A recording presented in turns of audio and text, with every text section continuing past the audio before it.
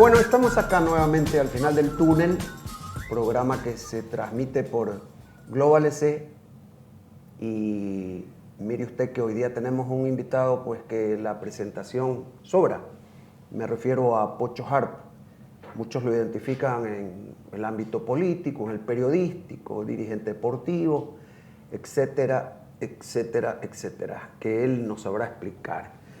Pocho, ¿cómo te va? Mario, un gusto estar aquí contigo, compartir con tu equipo de trabajo. Regresando al final del túnel, porque justamente recordábamos fuera de micrófono que cuando me tocó ser presidente del Barcelona, tú tenías el programa en Caravana Televisión, Claro, en esa Caravana época. Televisión. Y ahí tuve la oportunidad de estar. Me acuerdo que compartió contigo ese programa Arturo Magallanes. Entre los dos me preguntaron, obviamente requirieron algunas opiniones mías. Y ahora un gusto, primero que hayas reabierto este programa, este proyecto que siempre tenía una gran sintonía y que la tiene ahora. Y luego pues ser invitado, que para mí es un honor. Muy bien. Y además en un sitio que quiero mucho, porque aquí durante muchos años compartimos los buenos y malos momentos del fútbol con River Ecuador. Claro.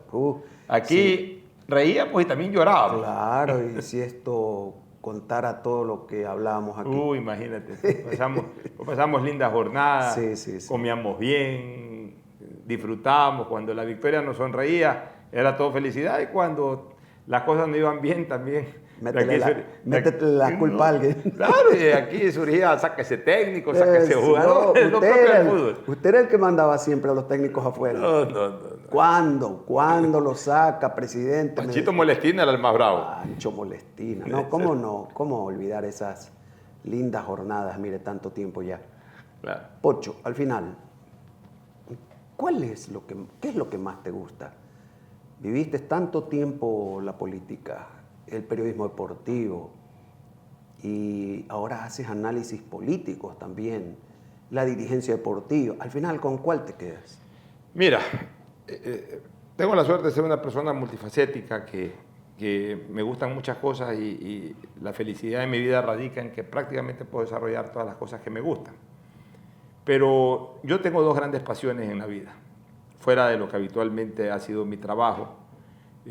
Obviamente, básicamente mi trabajo redunda en el negocio de la publicidad, entre otras cosas.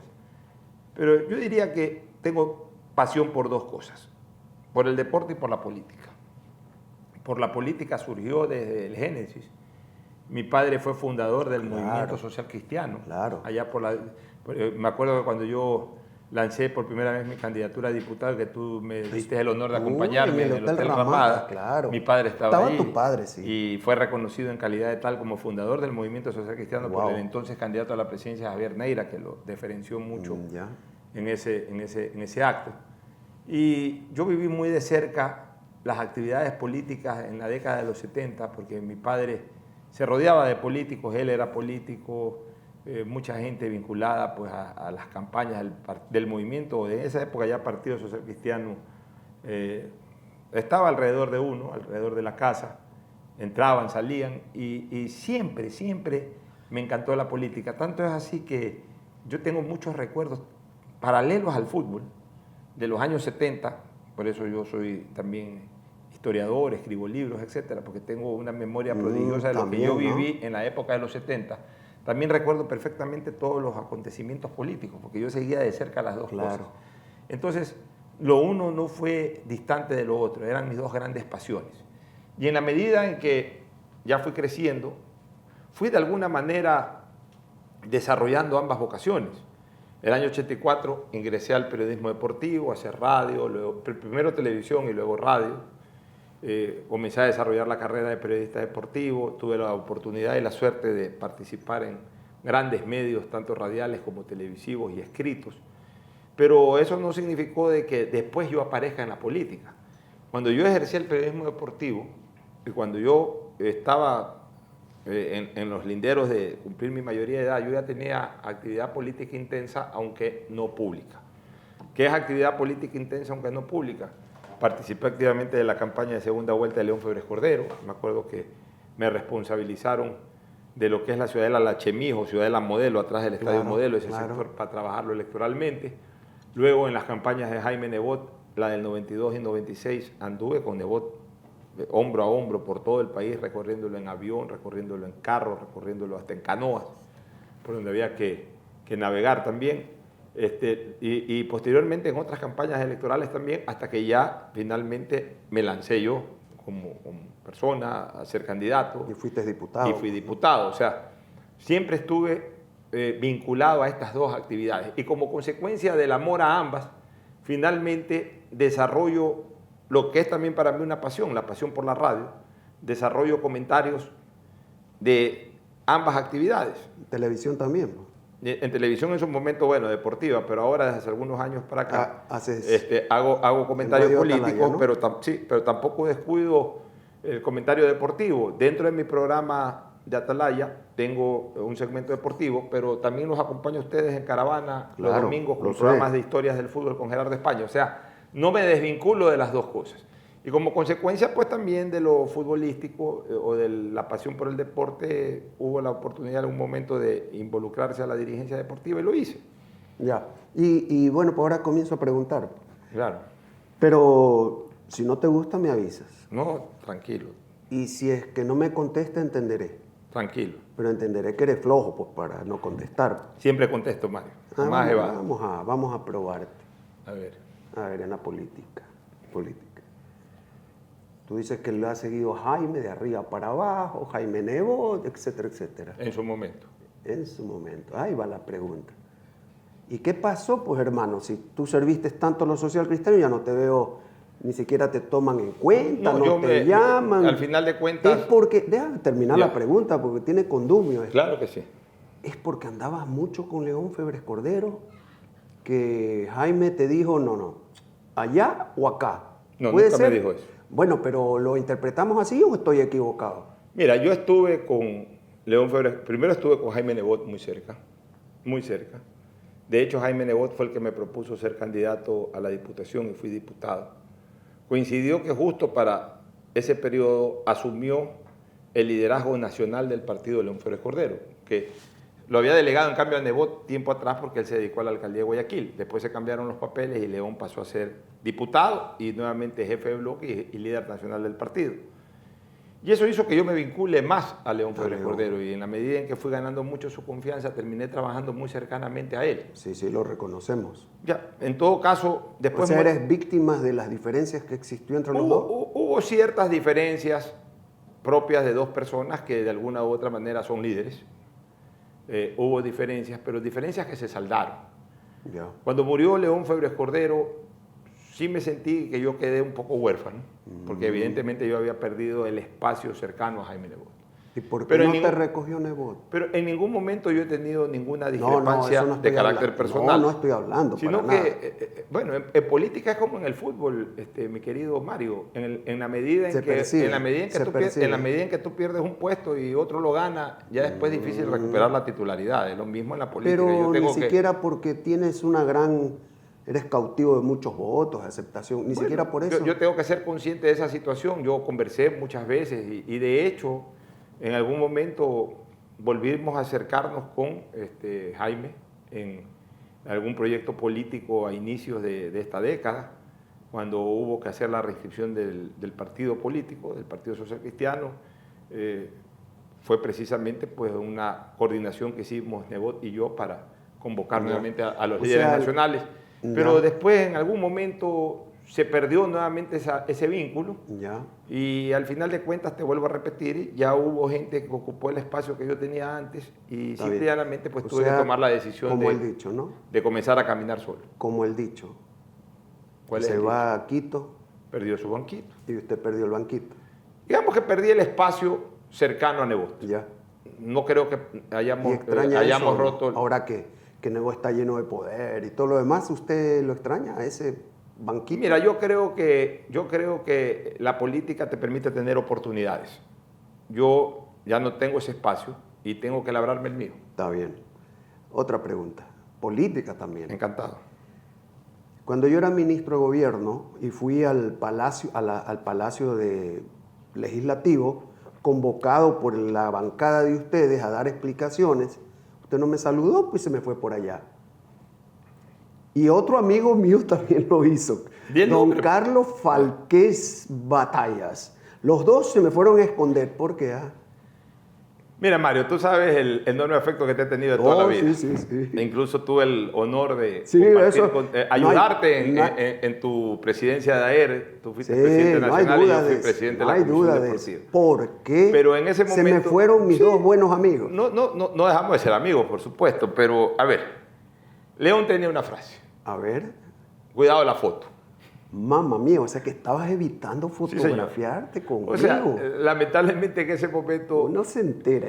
Lamentablemente en ese momento tú representabas un cargo muy importante, trascendental dentro de un gobierno al cual el Partido Social Cristiano y especialmente su líder León Febres Cordero le habían declarado oposición. Claro. Y León siempre era consciente de eso y siempre lo recalcaba. Cuidado de las fotos.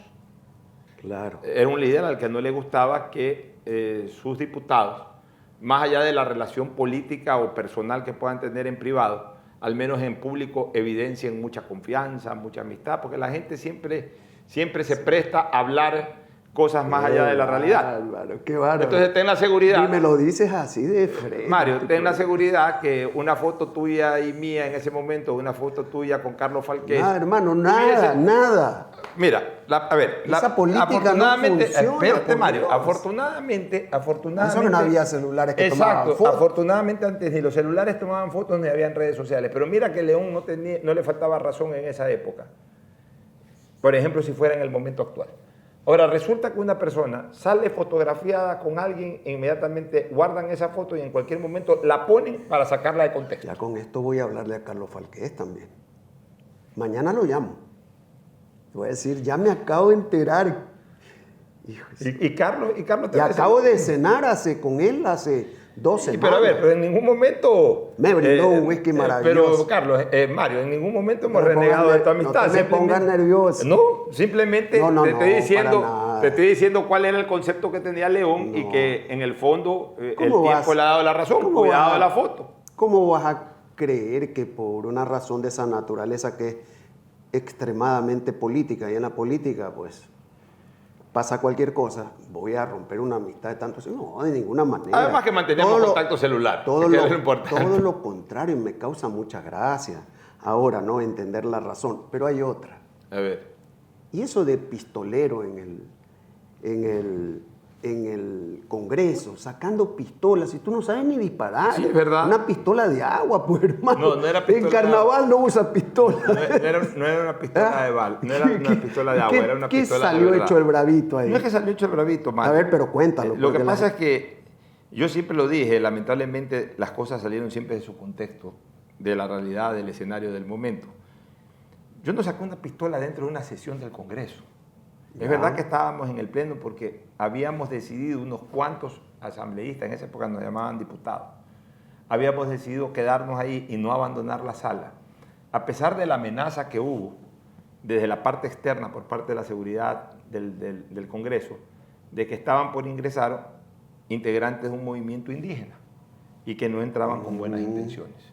De hecho, en la parte exterior habían agredido a algunos periodistas. No voy a olvidar nunca cuando pocos minutos antes de esa situación, los miembros de la escolta legislativa nos dijeron: señores, abandonen el recinto porque no garantizamos la seguridad de ustedes. Wow. Por eso se fue la gran mayoría, habremos quedado unos 12 o 13, ahí sí he hecho los machos. O he hecho los bien parados, que en el fondo terminamos siendo los cojudos. Quedarse ahí sentado sabiendo que era una turba. Mario, tú... Salir corriendo, claro, hermano. Tú me conoces de toda la vida y me has visto toda la vida. Como tú bien dices, yo ni siquiera cargo una pistola de carnaval. Exacto. En ese momento yo no tenía, como no he tenido nunca arma.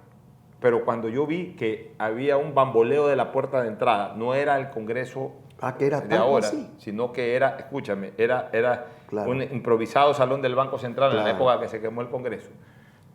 Había el escándalo afuera y yo vi que se bamboleaba la puerta.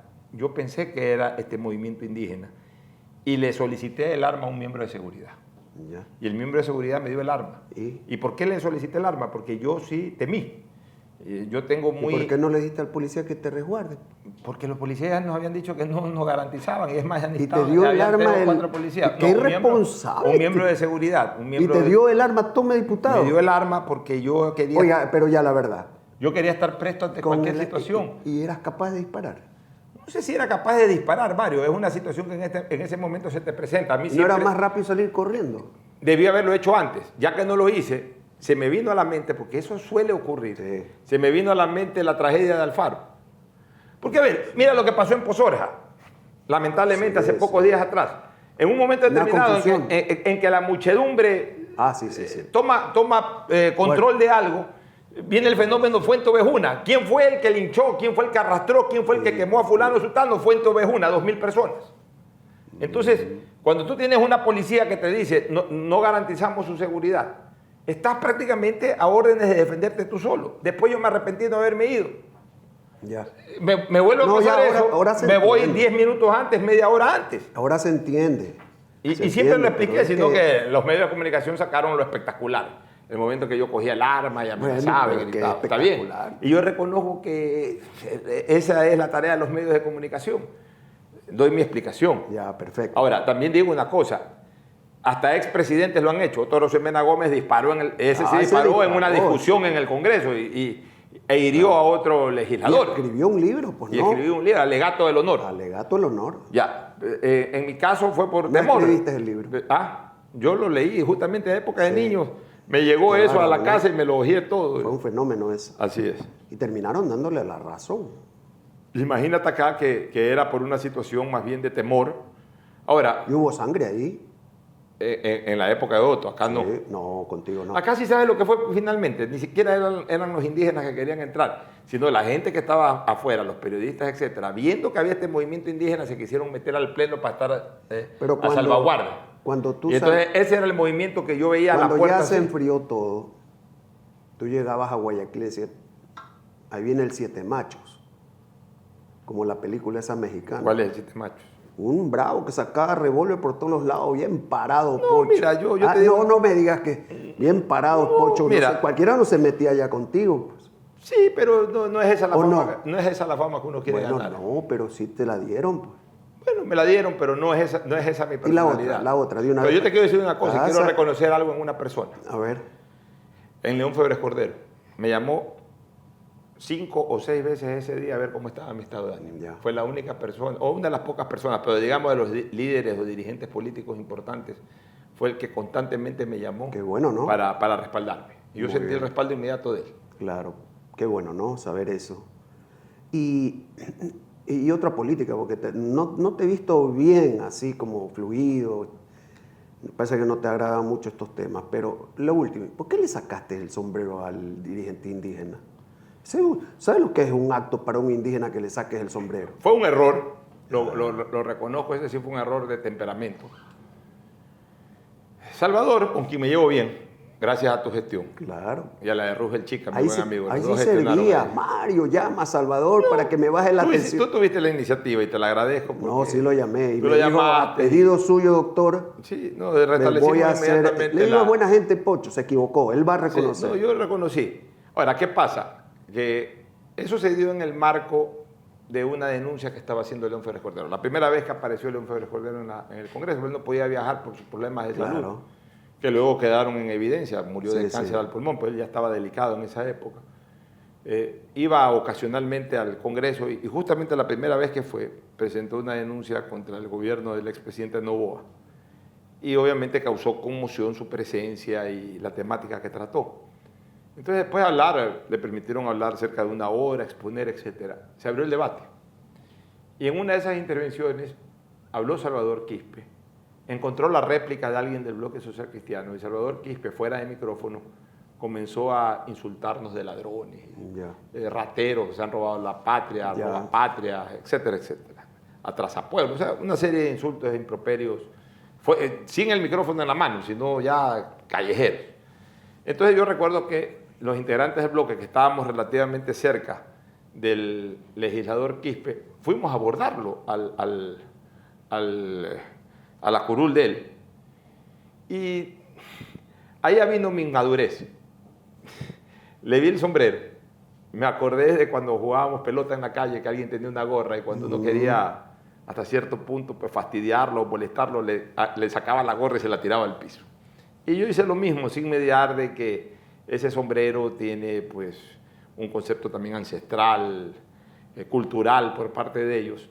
no me comporté a la altura. Y eso Pero lo reconocí en su momento. sabes que yo seguí conversando mucho tiempo, hace poco lo vi a Salvador y siempre reconoce el gesto tuyo. No, yo me disculpé pública y en privado. Muy bien, me pareció muy bien, pero fue un evento también. Claro, ¿no? Y que lo llamó reconozco en ti, la persona que ayudó a intermediar. El país llamó la atención. Y por último, en estos temas así políticos, ¿le cobraste al Estado? No, porque te sacaron del palacio con los manteles y todo encima. Sí, bueno, ¿Le has hay cobrado al una Estado? demanda Todavía no le internacional cobran. que hemos interpuesto los 56 diputados destituidos, que no te digo que ya duerme el sueño eterno, porque luego de 10 años finalmente admitieron la demanda, porque así demora, esa Comisión Interamericana de Derechos Humanos es una cosa interminable. Y está ahí, estamos esperando que se nos convoque, o sea, a los delegados nuestros, al abogado nuestro, a efectos de que haga el alegato y que finalmente la Comisión Interamericana le recomienda al Estado ecuatoriano que indemnizar. Reconozca una indemnización civil a los diputados destituidos o los restituya en el cargo, cosa que no se va a poder dar, claro. Es un imposible. Entonces tendrán que darnos algún tipo de indemnización y si el Estado ecuatoriano no acepta aquello, tendrá que haber una resolución final en sentencia de la Corte de San José. Correcto, ¿no? Vamos a la dirigencia deportiva. Encantado. Muy bien. A ver, ¿por qué asumiste Barcelona en semejante problema futbolístico? ¿Por qué lo asumiste? Bueno, yo te digo una cosa, Mario. Esto no quiere decir que lo hiciste bien o mal, eso no estoy hablando. ¿Por qué te digo una cosa. la presidencia del Barcelona? Yo te digo una cosa. En Barcelona yo me sentí en esa época y creo que terminé siendo un médico intensivista. ¿Ya? ¿Qué es un médico intensivista? Aquel que está en terapia intensiva ayudando a salir de la crisis, más no terminando de curar al enfermo. ¿Ya? Incluso los tiempos así lo marcaron. Yo estuve como presidente de la Comisión de Fútbol del Barcelona y como presidente del club, pero si tú sumas los meses en que yo estuve en lo uno y en lo otro, ni siquiera llegué al año, o a duras penas llegué a un año.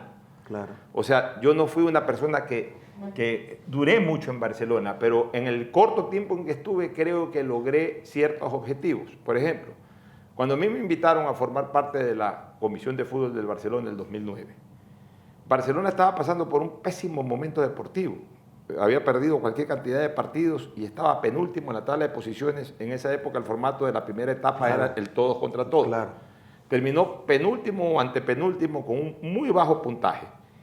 Y ese formato del 2009, que fue un muy mal formato de torneo, nos presentó una segunda etapa en que eran 2 hexagonales. Entonces el torneo era sumamente corto. Y ahí tenías 2 opciones, o ganabas tu hexagonal y pasabas a una liguilla, o si no ganabas el hexagonal, Barcelona estaba tan bajo en puntos que podía perder la categoría. Ya, entonces, cuando yo asumí ese riesgo, yo le dije a Eduardo Maruri, que era el presidente del miembro de los señores, el resto de miembros de la directiva, les dije muy claramente, a ver, amigos, compañeros, aquí hay una cosa que es clara. Barcelona necesita primero salvar la categoría y después esperar cualquier otra cosa positiva. Pero para salvar la categoría hay que irse al extranjero y hay que traer 3 buenos jugadores. No nos podemos equivocar. Basta de contrataciones por correos, basta de contrataciones por videos, basta de contrataciones por recomendaciones. ¿Coincide que trajiste a Oyola ahí? Ahí traje a Oyola, me fui a Argentina, estudié bien cada una de las opciones que teníamos. ¿Trajiste quién más? ¿Un doctor? Traje a Encina. Que era doctor.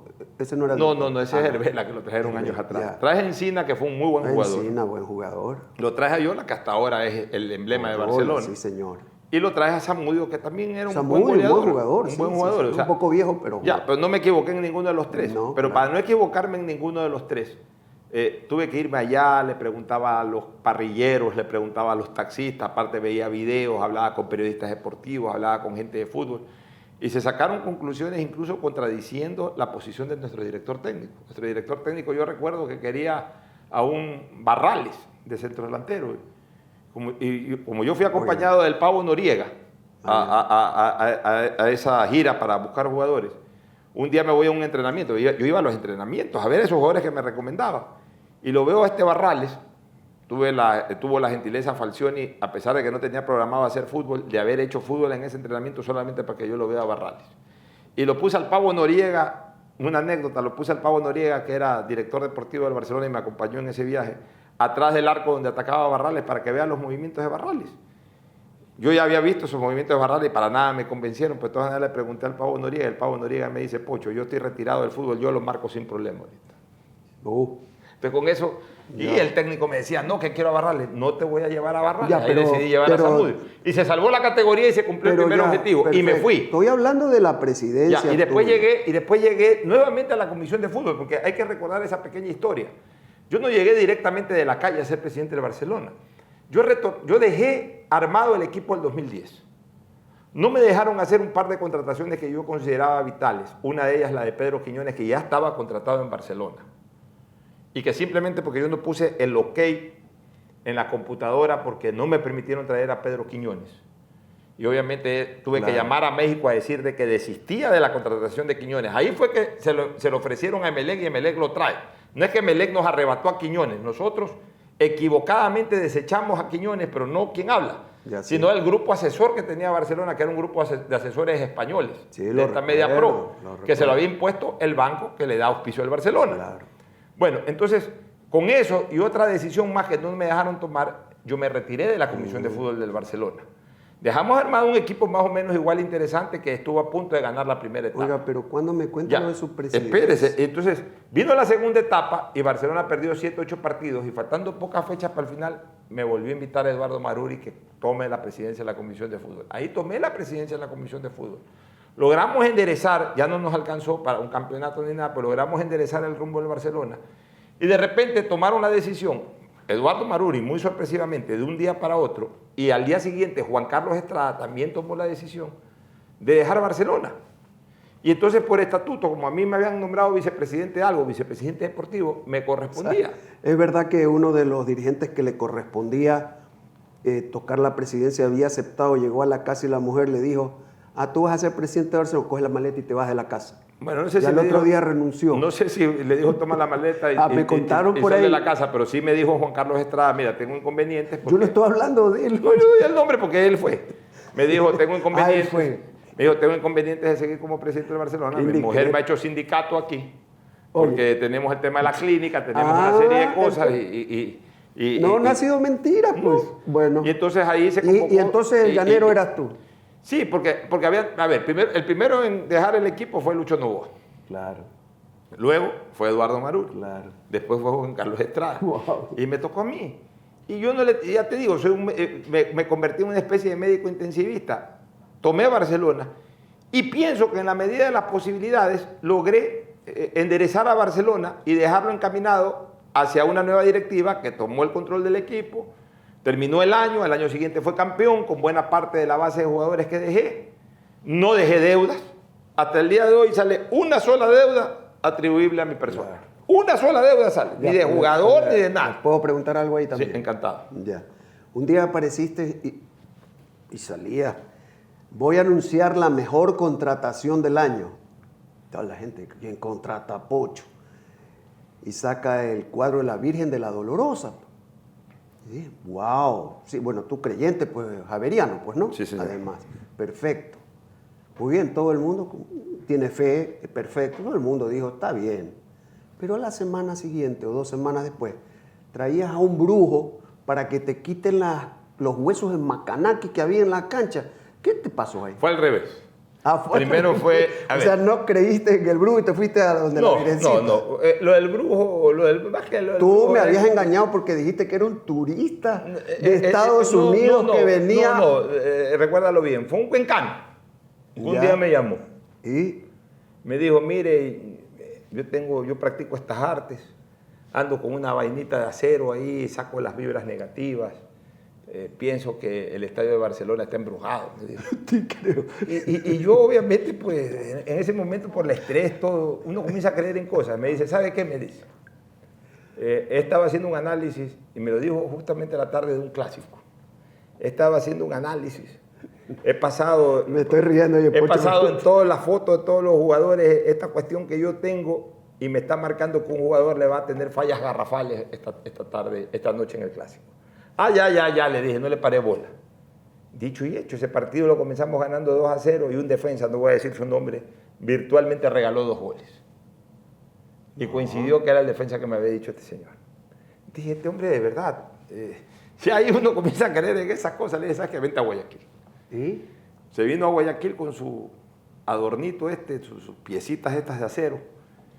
Y le digo, ¿dónde estás alojado? Me dice, estoy aquí en pleno centro, aquí donde un familiar, en un departamento que queda frente al Sol de Oriente. Ok, mañana te recojo a las 8 de la mañana y te llevo al estadio, para que me cures el estadio. Lo fui a recoger a las 8 de la mañana. Como el equipo entrenaba arriba, yo dije, bueno, la prensa se fue, vamos a quedarnos tú y yo solitos aquí curando el estadio. Uchita, Y ahí fue ¿no? que entramos, sin que nadie, ni siquiera el jardinero, nadie, nos pusimos Pero los entre periodistas comillas, veían. espérate, nos pusimos entre comillas a curar el estadio. Ya. Alguien le dijo a los periodistas que estaban arriba, oye, están curando el estadio Monumental. Y en ese momento bajaron todos y cuando yo me di cuenta era una nube de periodistas que nos estaba tirando fotos y videos. ¿Ya qué podía hacer? Y cierto que encontraban unos huesos, pero eran de gallina. No. Habían comido pollo. No, ya te voy a decir, no es así. No, Espérate un ratito, déjame. No, sí fue así. No, déjame. A mí los periodistas de caravana me decían si son pollo de... No, espérate, déjame contarte la verdad. Eso fue en la época en que yo fui presidente de la Comisión de Fútbol. Ya.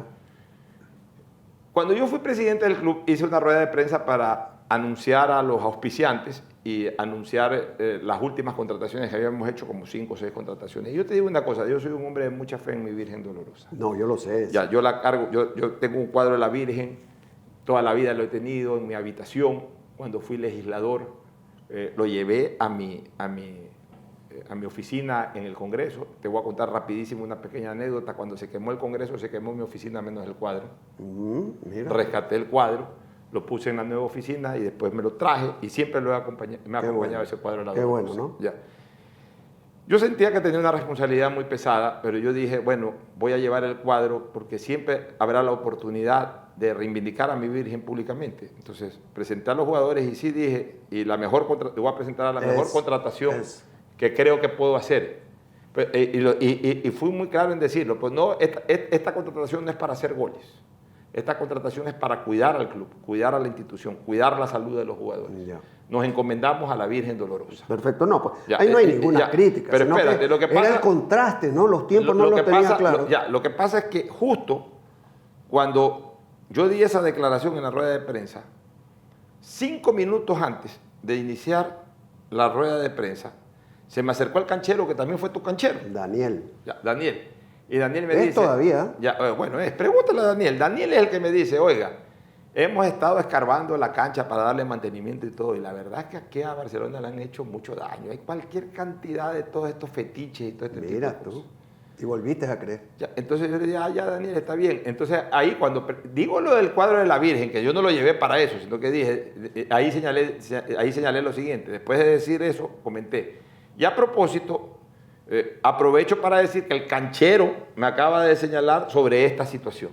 Y la gente enseguida mezcló. Enseguida dijeron que yo llevé a la Virgen para blindarme de los fetiches que habían enterrados en la cancha. O sea, al final de cuentas la gente siempre hace un champú. Sí, pues, pero esa es la realidad histórica también, de lo que ocurrió, ¿no? También provocas, pues, Pocho. Bueno, Mario, cuando uno está en una responsabilidad tan dura, a veces se agarra, equivocadamente en muchos casos, se agarra a este tipo de cosas extranaturales. Ya, yo, por ejemplo, ya no creo en eso, pero en ese yo momento... casi me salgo convencido de los ovnis. Después que hablaste con este señor. Conches, ya, perdón, pero casi salgo. Es que ese hombre me lo señalaba. ¿Dónde está? Mira, en la noche estaba que buscaba las lucecitas. ¿Te das cuenta? Entonces uno también se sugestiona un poco. Oye, y piensa en estas cosas. Y bueno, de todas maneras hiciste una gestión interesante. Vendiste las nalgas de Barcelona. Pero es que, Mario, yo llego a Barcelona... Todo, ¿no? Es que... Mario, es que la gente tiene que saber una cosa. O sea, a mí me tocó la época económica más dura. Porque más deudas... dura. Oye, ¿cómo puede imaginar? ¿Es verdad que puede Barcelona tener 40 millones de euros? Dicen eso ahora. Wow, pero ¿y entonces? Ya, pero a ver... ¿En tu tiempo qué se manejaba? ¿O no tenías idea? Sí, en mi tiempo más o menos la deuda estaba en 10, 12 millones. ¿10? Sí. ¿Y eso hace cuánto tiempo? Eso estamos hablando de inicios del 2011. Mamma mía. Ya, pero ojo con una cosa. Y eso es lo que la gente también tiene que entender en Barcelona. Puede ser que la deuda sea 40, de 30. Algún rato tendrán que asentar y certificar la deuda. Pues no es una deuda inminente e inmediata. O sea, al final de cuentas tú puedes ir jineteando la deuda, tienes pagos inmediatos que hacer, pagas, otros los puedes ir aguantando, los vas pagando poco a poco. Pero yo tenía un problema que no lo tuvo ni Pancho Ceballos, ni Lucho Nuba, ni Toño Nuba. El problema mío fue mucho más grave, porque yo entré a Barcelona ilíquido y al mismo tiempo con 0 posibilidades de liquidez inmediata. O sea, Yo entré con 2.500 o 3.000 dólares en la cuenta de Barcelona, pero no entré a contar con recursos ni de camiseta ni de televisión. Claro. La televisión la había cobrado, la dirigencia de Eduardo Maruri la había cobrado de los años 2011 y 2012, los había cobrado a mediados del 2010 cuando hicieron la negociación con TC Televisión y habían pagado deudas con esa plata. O sea que yo en 2011 entré con 0 de televisión. Y la camiseta que correspondía, y puedo creo dar la marca, Sí. el auspiciante era Pilsener. Claro, no hay Pilsener problema. había hecho un fideicomiso con el Banco de Pichincha para pagarle al Banco de Pichincha la cuota del 2011, se la pagaba al Banco de Pichincha para cubrir préstamos anteriores. O sea que yo entré con 0, bolito 0. O sea, mi primer ingreso era la Noche Amarilla. Y la Noche Amarilla no era a finales de diciembre ni a inicios de enero, sino en la tercera semana de enero. Entonces, por eso es que comencé a vender publicidad como loco. Y en algún momento, justamente cerca del fin de año, me lo encuentro a mi buen amigo José Román, que es el dueño de Tubos Rival, que todavía sigue auspiciante en las nalgas de Barcelona. Se mantiene el auspicio ahí en las nalgas de Barcelona. Yo le dije a José, auspíciame.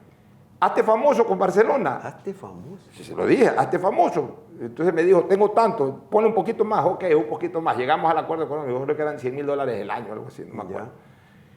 Me dice, ¿dónde me pones?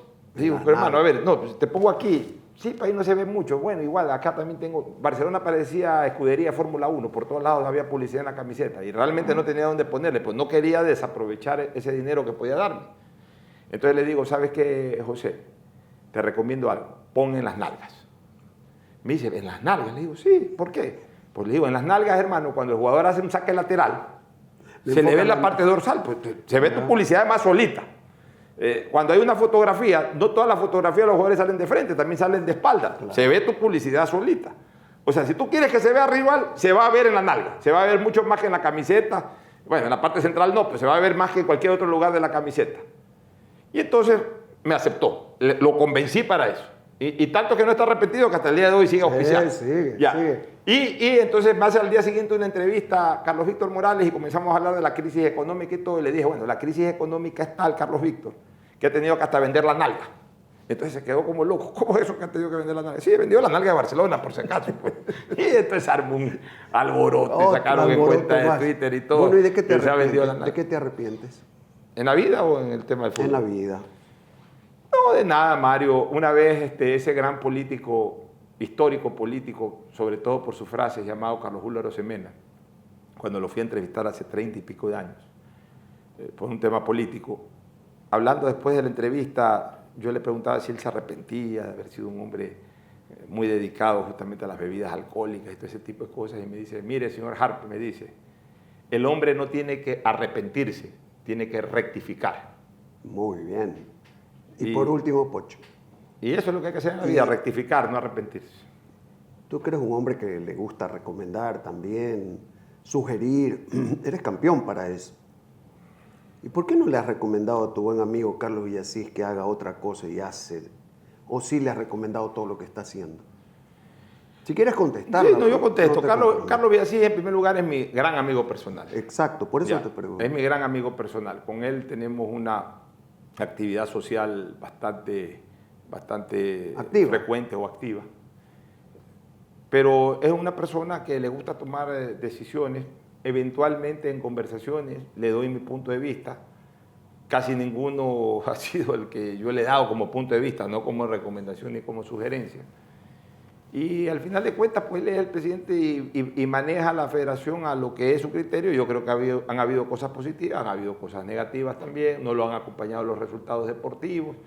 Creo, por ejemplo, mira, en el famoso tema de los derechos de televisión, al final de cuentas Villasís le hizo un gran beneficio al fútbol ecuatoriano. Tomó la decisión de sacar los derechos de televisión de la televisión nacional, que no daba más, cuyo proyecto estaba totalmente ya reventado y agotado, porque la televisión nacional a través de publicidad no podía... Claro, y además la televisión nacional, ya el fútbol no se puede auspiciar a través de televisión mediante la comercialización publicitaria, eso ya está acabado. Villasís tomó la decisión de invitar, entre otras, a una empresa internacional que explote el tema por el lado del pay-per-view, a pesar de que no están haciendo pay-per-view, pero igual a través de la televisión por cable o la televisión privada.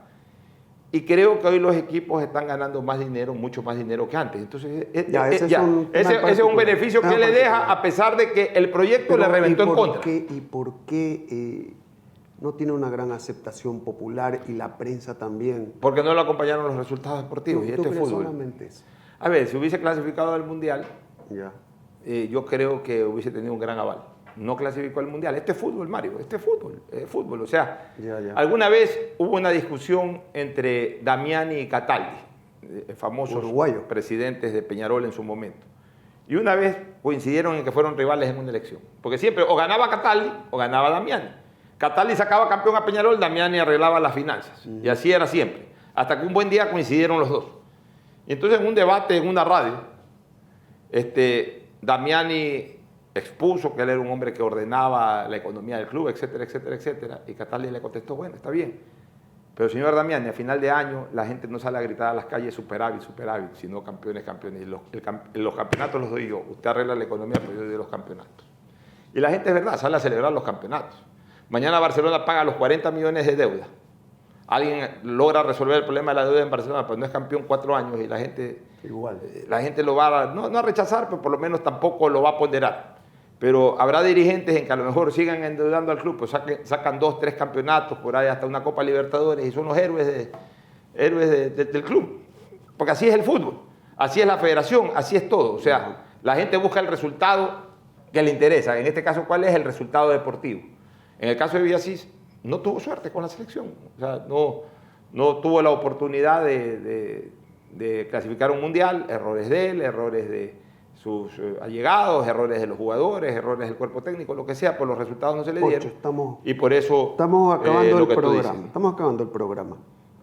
A ver, ¿qué no te gustó del programa? No, todo me gusta. Porque, ¿Seguro? Sí, porque me permitiste desarrollar varios temas que recuerdan pasos míos por diferentes circunstancias, el político, el deportivo, el futbolístico, y realmente siempre busco una oportunidad para exponerlos, y qué mejor que en un espacio tan sintonizado como el tuyo. Muy bien, Pocho Hart, ¿no? Figura conocida, reconocida en la dirigencia del fútbol, en el periodismo político. Acuérdense que ha sido presidente del Círculo de Periodistas Deportivos del Ecuador, diputado de esta nación. Bueno, pues nos ha agradado muchísimo que nos acompañes y a ver si hacemos una tercera versión. Encantado. Después, porque tengo otras preguntas, Bueno, pero primero te las voy a mandar por escrito para que las vetes. Si te No, yo no parece. te veto nada. Tú puedes preguntarme. Estaba lo que por sea. por preguntar y me voy a evitar. Pero porque no- pregúntala, yo no tengo inconveniente. ¿Seguro? Segurísimo. ¿Es verdad que había una señora que era media bruja también, que te empelotaba para hacerte sacarte los males y todo? Es verdad, me lo contó Sí. un amigo. ¿Es verdad? Sí. Mamma mía. Y entonces, Ahí por la Comisión de Tránsito. no te ahí, creo. ¿Y qué? En un edificio ahí por la calle Capitán Nájera. ¿Y te en Chile, subías ¿no? así a escondidas? ¿Y qué? No, fui una vez porque... ¿Y la me señora invitó que te y pasaba el huevo? me desnudó y... Pero es verdad entonces. Sí. Un amigo me dijo, pregúntales. Sí. Mira, me gusta que hayas sido Y después me bañó con unas ramas ahí, con unos olores a roces, no sé qué. ¿Sabes qué? En la vida uno se mete en cualquier No, cosa. no, está bien. Al no. final de cuentas eso es lo que sirve en la vida, porque tú... No, estamos disfrutando, ¿no? De Sí, esta y yo te digo anécdota. una cosa, esa señora, a ver, también me leía las cartas con pipa. Se fumaba no era una pipa, era un cigarro de estos cigarros. Entonces, y leía el cigarro. Y me decía muchas cosas. No te puedo Ya, creer. y todavía hay cosas que ella me dijo que algún día me iban a pasar que las estoy esperando. Nada, no creáis nada de eso. No, de hermano. verdad, o sea... Oye, qué cosa, y- ¿no? y Mira, al final de cuentas, ahora ¿sabes llamo qué? a este amigo común Sí, te aman. y le voy a decir, ha sido efectivo. Yo no le creía, pero ya ustedes lo escucharon de primera voz y pues agradecer. Ha sido, ¿sabe qué? Ha sido una entrevista fantástica. Porque no ha Gracias, sido Mario. acartonada, mira, no hay una pregunta preparada, nada, y me ha gustado tu sinceridad, espontaneidad, aparte de tu experticia frente a las cámaras, micrófonos y todo lo demás. Te agradezco. Agradecerte. No, mire la presencia de Pocho, que aceptó la última pregunta y tenía un temor de hacerla. No. Pero bueno, la contestó así como valiente. Y ya está, pues, ¿no? Agradecerte, Pocho. No, te agradezco a ti, Mario, siempre muy a gusto. Y hasta la próxima con compartir contigo. alguna otra novedad por ahí. Gracias.